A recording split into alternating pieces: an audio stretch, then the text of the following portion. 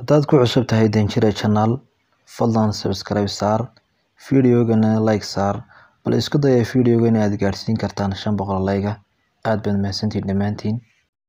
Assalaamu calaykum. Maanta waxaan ka hadlaynaa sababta loogu darsado liin dhanaanta shaaha iyo faa'iidada ay leedahay arrintaas. Haddaba hadduuna shaahu lahayn waxtar nafaqo leh oo qofka ku kordhiya miisaan, shaaha badanaa waxaa lagu daraa sonkor iyo caano, kuwaas oo qofka siiya tamar nafaqo leh ama waxa loo yaqaan calories. Sidaa darteed, qofka hadduu shaaha joogteeyo kuma naaxayo kuma dhuumanayo.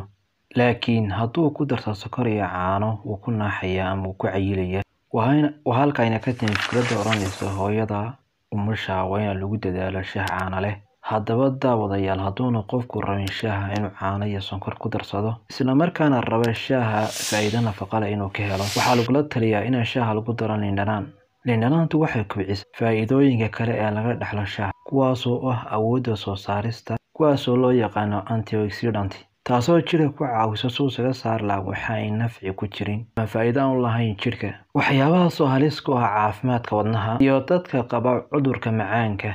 Geesta kalena, liinta waxaa ka buuxa macdano iyo fiitamiino, kuwaasoo ay ka mid yihiin maadooyinka folate, potassium, magnesium iyo fiitamiinka loo yaqaan thiamine. Waxaana la ogaaday haddii lagu daro liinta shaaha, faa'iidadaasi way sii bataan marka shaaha iyo liintu isla falgalaan. Waana sababta lagu taliyo in shaaha iyo liinta la isku daro, wuxuuna aad u sii fiican yahay shaahagu inuu yahay bilaa sonkor. Waxaa jirta daraasad la sameeyay oo lagu ogaaday markii shaaha caadiga lagu daro liin dhanaanta, faa'iidada laga helayo inuu u dhowdahay ama ay u dhiganto faa'iidada laga helo shaaha cagaaran. Haddaba haddaad heli karin shaaha cagaaran, ku darso liin dhanaanta shaaheena ama guduudka ah ama casaanka ah.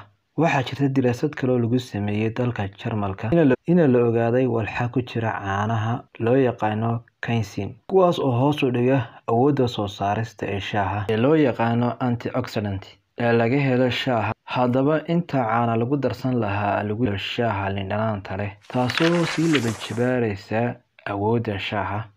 Geesta kalena, dadka aadka u jecel cabista shaaha ee haddana raba inay iska ridaan miisaanka ama sonkor qaba, waxaa lagula taliyaa sonkorta beddelkeeda inay shaaha ku darsadaan liin dhanaan, maadaama Ilaahay ku abuuray liin dhanaanta sonkor dabiici ah aan waxbana u dhimayn macaanka, qofkuna inuu ka cayilayn ama ku buuranayn. Haddaba ay jiraan dad badan oo ay dabci u tahay inay shaaha ku darsadaan liin dhanaan, haddaba dadkaas lala wadaago muuqaal